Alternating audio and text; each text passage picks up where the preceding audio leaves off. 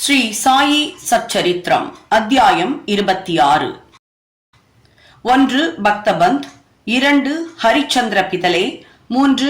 கோபால் ஆம்டேகர் ஆகியோரின் கதைகள். முன்னுரை. இந்த பிரபஞ்சத்தில் நாம் காணும் யாவும் மாயையின் விளையாட்டே, கடவுளின் ஆக்கும் ஆற்றலே. இவைகள் உண்மையில் இருப்பவை அல்ல. உண்மையான பரபிரம்மே நிச்சயமாக இருக்கிறது. இருளின் காரணமாக ஒரு கயிற்றையோ ஒரு மாலையையோ பாம்பாக நாம் எண்ணிக்கொள்வதைப் போலவே புறத்தோற்றத்தை மட்டுமே காண்கிறோம். காணக்கூடிய பொருட்களிலெல்லாம் உள்ளுரைந்து கிடக்கும் மெய்ப்பொருளை நாம் காண்பதே இல்லை. நமது அறிவு கண்களை சத்குரு மட்டுமே திறந்து விடுகிறார். பொருட்களை அவைகளின் தோற்றத்தில் காணப்படுவது போல பாராமல் உண்மையான ஒளியில் அவைகளை காணுமாறு நம்மை அவர் ஊக்குவிக்கிறார்.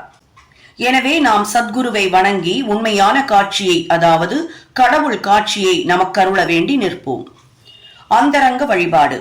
ஒரு நூதன வழிபாட்டை ஹேமத் பந்த் நமக்கு கொடுத்திருக்கிறார். சத்குருவின் பாதாம்புயத்தை கழுவும் நன்னீராக நமது ஆனந்த கண்ணீரை உபயோகித்து பரிசுத்தமான அன்பு எனும் சந்தனத்தை அவர் மேனியில் பூசிவிட்டு உண்மை நம்பிக்கை எனும் உடையை அவர் மேனிக்கு உடுத்தி நமது 8 விதமான சாத்வீக உணர்ச்சிகள் என்னும் அஷ்ட கமலங்களையும் ஒருமை மனது எனும் கனியையும் அவருக்கு சமர்ப்பிப்போம். பக்தி எனும் நறுமண கரும்பொடியை அவர் தலைக்கு இட்டு பற்று எனும் வேட்டியை கட்டிவிட்டு நமது தலையை அவர் பாதங்களில் வைப்போம். இத்தகைய எல்லா அணிமணிகளாலும் சத்குருவை அலங்கரித்து விட்டு நமது அனைத்தையும் அவரிடம் சமர்ப்பித்து விடுவோம். உஷ்ணத்தை போக்குவதற்கு பக்தி எனும் சாமரம் கொண்டு வீசுவோம். இத்தகைய பேரானந்த வழிபாட்டிற்கு பின் அவரை இங்கனம் வேண்டுவோம். எங்களது புத்தியை திசை திருப்பி விடுங்கள், அந்தர் முகமாகச் செய்யுங்கள். நித்திய அனித்திய வஸ்துக்களை பகுத்துணரும் விவேகம், எல்லா உலக பொருட்களின் மீது பற்றின்மை ஆகியவைகளை எங்களுக்கு நல்கி ஆத்ம உணர்வை அடைய இந்த விதமாக எங்களை ஊக்குவியுங்கள். ஆன்மாவையும் உடலையும் உம்மிடம் ஒப்புவித்தோம், அதாவது உடல் உணர்வு மற்றும் அகங்காரத்தை. எங்களது கண்களை தங்களதாக்குங்கள். அதன் மூலம் நாங்கள் இன்ப துன்பங்களையே உணராதிருப்போம். தங்கள் சங்கல்பத்தின்படி விருப்பத்தின்படி எங்களது மனதையும் உடலையும் கட்டுப்படுத்துங்கள். தங்கள் பாதாம்புயத்தில் எங்களது மனம் ஆறுதல் பெறட்டும். இப்போது இந்த அத்தியாயத்தின் கதைகளுக்கு வருவோம். பக்தபந்த். மற்றொரு சத்குருவின் சீடரான பந்த் என்பவர் ஷிரடிக்கு வரும் நல்லதிர்ஷ்டம் பெற்றிருந்தார். அவருக்கு ஷிரடிக்கு செல்லும் எண்ணம் இல்லை. ஆயின் மனிதன் ஒரு விதமாக எண்ண கடவுள் வேறொரு விதமாக செயல்படுத்துகிறார். அவர் ரயில் வண்டியில் பிரயாணம் செய்து கொண்டிருக்கும் போது ஷிரடிக்கு போய்க் கொண்டிருந்த தனது பல நண்பர்களையும் உறவினர்களையும் காண நேர்ந்தது. அவர்கள் எல்லோரும் அவரை உடன் அழைத்தனர். அவரால் இயலாதென்று சொல்ல முடியவில்லை. அவர்கள் எல்லோரும் பம்பாயில் இறங்கினர். பந்த் விராரில் இறங்கினார். பின்னர் ஷிரடி விஜயத்திற்காக தனது சத்குருவிடம் உத்தரவு பெற்றுக்கொண்டு செலவுக்கு ஏற்பாடுகள் எல்லாம் செய்த பின் அந்த கோஷ்டியுடன் ஷிரடிக்கு புறப்பட்டார். எல்லோரும் மறுநாள் ஷிரடியை அடைந்து மசூதிக்கு சுமார் 11 மணிக்கு சென்றனர். பாபாவின் வழிபாட்டிற்காக குழுமியுள்ள பக்தர்கள் வந்து கொண்டும் போய்கொண்டும் இருப்பதைக் கண்ட அவர்கள் எல்லோரும் மிகவும் மகிழ்ந்தனர். ஆனால் பந்த் திடீரென்று வலிப்பு வந்து உணர்வின்றி கீழே விழுந்தார். அவர்கள் எல்லோரும் பீதி அடைந்தனர். எனினும் அவரை திரும்ப உணர்வுக்கு கொண்டு வர தங்களால் இயன்றதை செய்தனர். பாபாவின் அருளாலும் அவர் தலைமீது தெளிக்கப்பட்ட நீராலும் பிரதிஞ்ஞைக்கு வந்து அப்போதுதான் தூக்கத்திலிருந்து விழித்தவர் போல எழுந்து உட்கார்ந்தார். மற்றொரு குருவின் சீடர் அவர் என்று அறிந்து கொண்ட சர்வாந்தர் யாமியான பாபா அஞ்சாமல் இருக்கும்படி அவருக்கு உறுதி கூறி அவரது சொந்த குருவின் மீதுள்ள நம்பிக்கையை உறுதிப்படுத்தி கீழ்கண்டவாறு அவரிடம் கூறினார். வருவது வரட்டும், விட்டுவிடாதே. உனது ஆதாரத்தையே, அதாவது குருவையே உறுதியாக பற்றிக் கொண்டு எப்போதும் நிதானத்துடனும் சதா காலமும் அவருடன் ஒன்றியும் இருப்பாய் என்றார். இந்த மொழிகளின் குறிப்பை பந்த் உடனே அறிந்து கொண்டார். இந்த விதமாக அவர் தமது சத்குருவை நினைவு கூர்ந்தார். பாபாவின் இந்த அன்பை அவர்தம் வாழ்நாளில் மறக்கவே இல்லை. ஹரிச்சந்திர பிதலே. பம்பாயில் ஹரிச்சந்திர பிதலே என்னும் பெயருள்ள மனிதர் ஒருவர் இருந்தார். காக்காய் வலிப்பால் அவதியுறும் ஒரு மகன் அவருக்கு இருந்தான். பல அலோபதி ஆயுர்வேத வைத்தியர்களிடம் காண்பித்தும் குணமேதும் ஏற்படவில்லை. ஒரே ஒரு வழிதான் பாக்கி இருந்தது, அதாவது ஞானிகளிடம் அடைக்கலம் புகுவது. தாஸ்கனு தமது மிகச்சிறந்த அற்புதமான கீர்த்தனைகளால் பம்பாய் ராஜதானி எங்கும் பாபாவின் புகழை பரவச் செய்தார் என்று அத்தியாயம் 15 முன்னரே குறிக்கப்பட்டுள்ளது. பிதலே இந்த கீர்த்தனைகள் சிலவற்றை 1910 கேட்டுள்ளார். அதிலிருந்தும் மற்றவர்கள் மூலமாகவும் பாபா தமது ஸ்பரிசத்தாலும் வெறும் பார்வையாலும் மட்டுமே அநேக தீர்க்க முடியாத வியாதிகளை குணப்படுத்தி இருப்பதாக அறிந்தார். அதனால் சாய்பாபாவை காண அவர் மனதில் ஒரு ஆர்வம் எழுந்தது. எல்லா ஏற்பாடுகளையும் செய்து கொண்டு வெகுமதிகளையும் பழக்கூடைகளையும் எடுத்துக்கொண்டு பிதலே குடும்பத்துடன் ஷிரடிக்கு வந்து சேர்ந்தார்.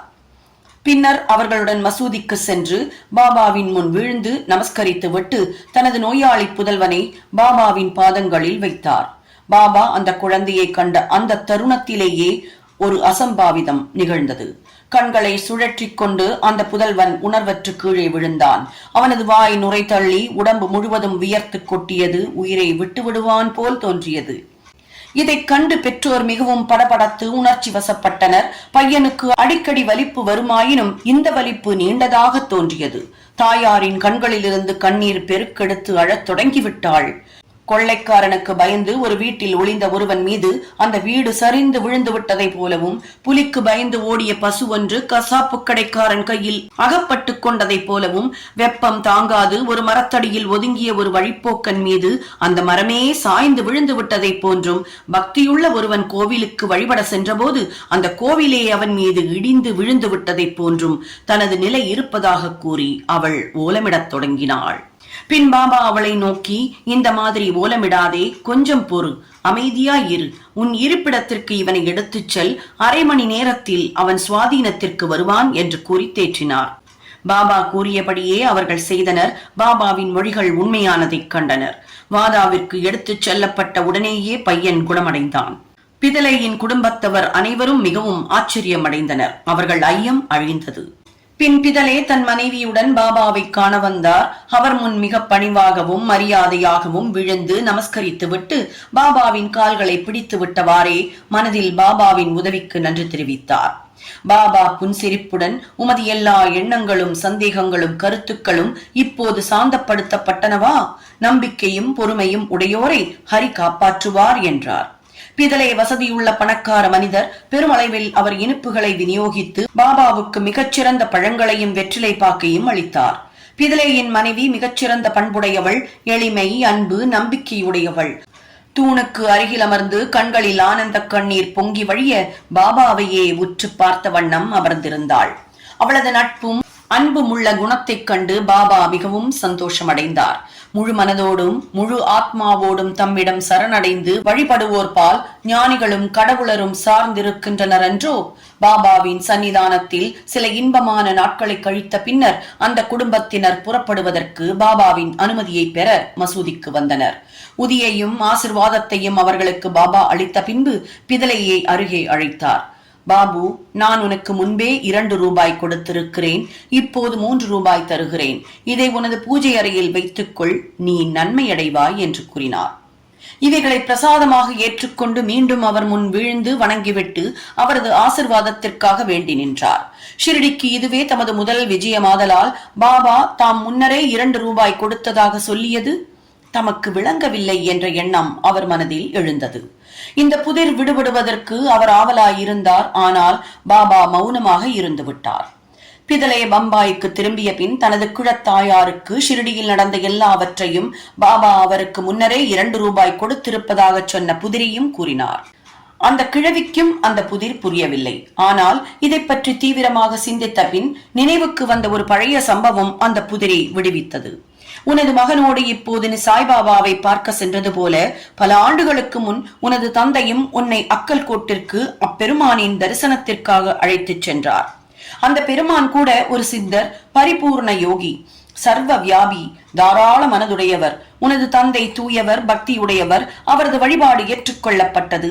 அவர் உனது தந்தைக்கு 2 ரூபாய்களை பூஜை அறையில் வைத்து வழிபடுவதற்காக அளித்தார்.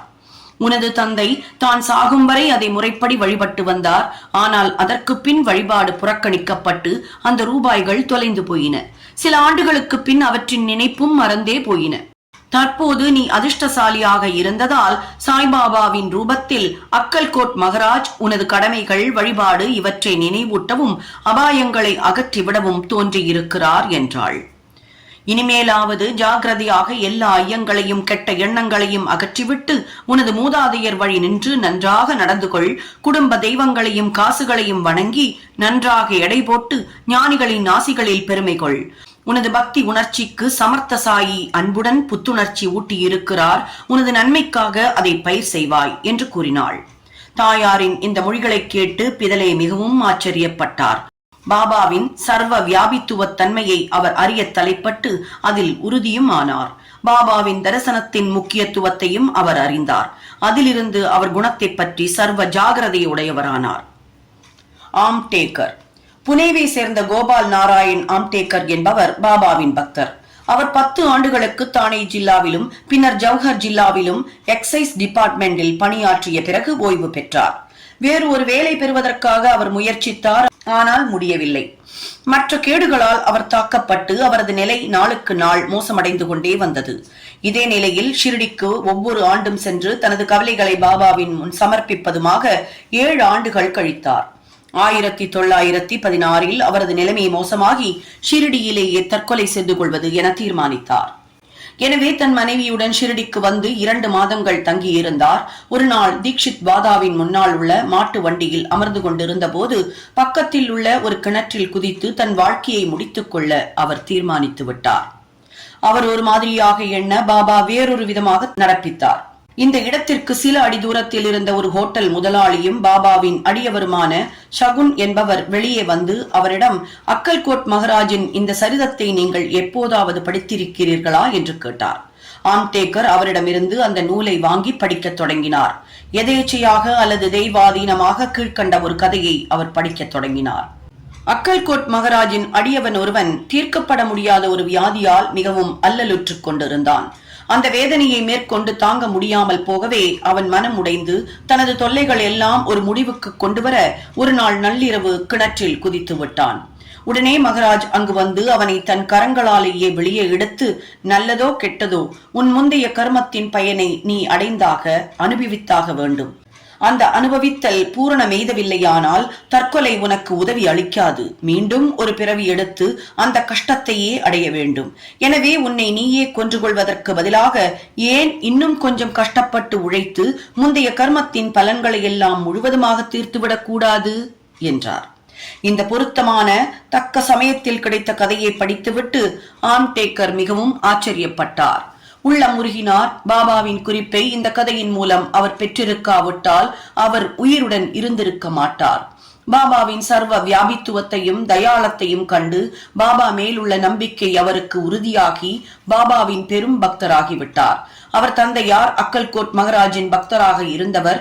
சாய்பாபா அவரையும் அவர் தந்தையார் சென்ற அடிச்சுவட்டிலேயே சென்று அவரிடம் பக்தி பூண்டவராக தொடர்ந்திருக்கும்படி விரும்பினார். பின்னர் பாபாவின் ஆசிர்வாதம் பெற்றார். அவரின் எதிர்காலம் சிறப்புற தொடங்கியது. பின்னர் ஜோதிடம் படித்து அதில் திறமை பெற்று தனது செல்வத்தை பெருக்கினார். போதுமான பணத்தை சம்பாதிக்க அவரால் இயன்று தனது பிற்கால வாழ்வை சௌகரியமாகவும் வசதியாகவும் கழித்தார். ஸ்ரீ சாயியை பணிக. அனைவருக்கும் சாந்தி நிலவட்டும்.